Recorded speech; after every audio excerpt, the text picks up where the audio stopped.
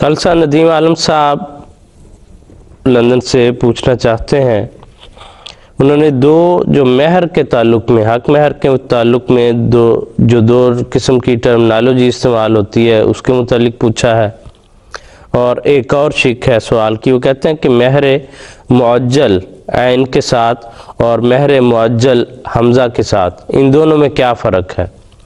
اور دوسرا حصہ سوال کا ان کا یہ ہے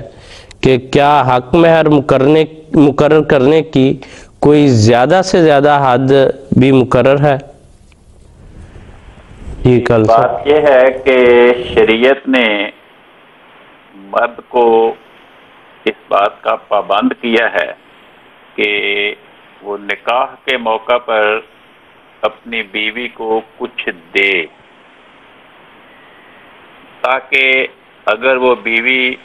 اس مال کو راہ خدا میں خرچ کرنا چاہے تو اسے خرچ کر سکے،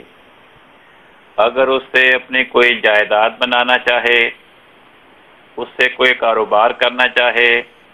اسے کسی ایسے طریق پہ استعمال کرنا چاہے جس سے اس کے لیے کوئی معقول آمد کی صورت پیدا ہو سکے، یا اپنے ماں باپ، بہن بھائیوں، رشتہ داروں، اقربا کی صلہ رحمی کی خاطر ان کی امداد کرنا چاہے تو کر سکے۔ تو یہ مقاصد ہیں مہر کی ادائیگی کے۔ اب کیونکہ مہر کی ادائیگی خاوند نے کرنی ہے،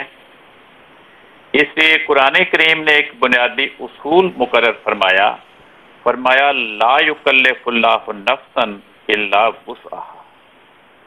اللہ تعالیٰ کسی انسان کو اس کی استطاعت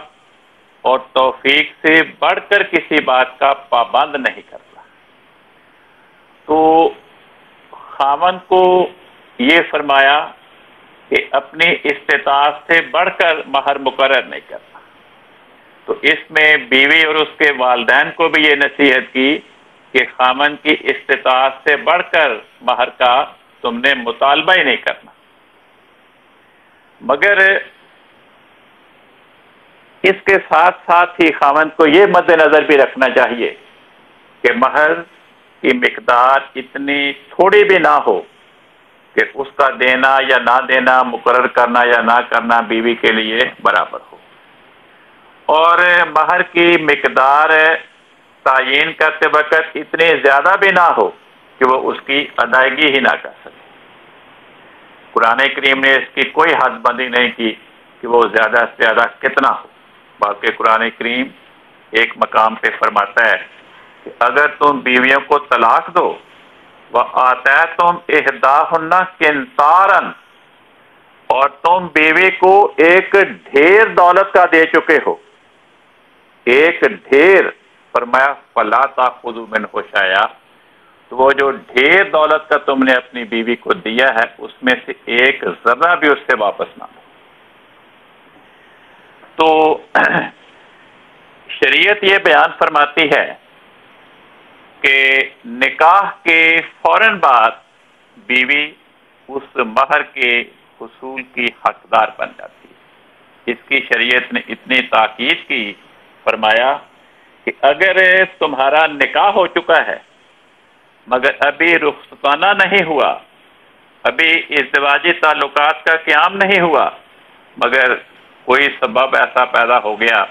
جس کے نتیجے میں خاوند بیوی کو طلاق دینے پہ مجبور ہو گیا، تو فرمایا اس صورت میں بھی جو مہر مقرر ہوا اس کا نصف ادا کرنا ہوگا۔ اور اس کے بارے میں قرآن کریم نے ایک اور نصیحت فرمائی، فرمایا فَمَسْتَمْتَعْتُمْ بِهِ مِنْهُنَّ فَآتُوهُنَّ أُجُورَهُنَّ، جب تم بیویوں سے ازدواجی تعلقات قائم کر لو تو فوراً بیوی کو اس کا مہر ادا کرو، اس کے بعد وہ فوراً مہر کی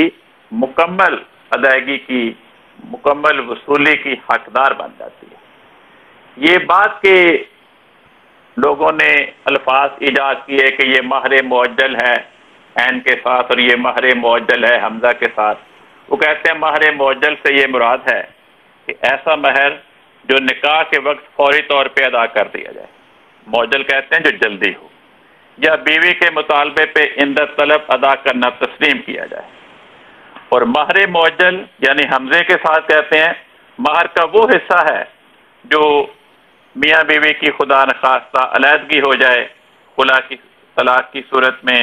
یا خامن کی وفات کے بعد بیوی بیوہ ہو جائے تو پھر اس کو ادا کرنا ہوگا۔ تو مہر کی حیثیت ایک قرضے کی بن جاتی ہے پھر، جو خامن کے ترکے میں سے اس کے دیگر قرضوں کی طرح بیوی کو ادا ہوگا، اس کے بعد بیوی کا خامن کا ترکہ تقسیم ہوگا۔ حضرت خلیفۃ المسیح ثانی رضی اللہ عنہ فرماتے ہیں شرعاً مہر عورت کا حق ہے، اور اس حق کا طلاق یا عدم طلاق سے کوئی تعلق نہیں، نکاح کے ساتھ ہی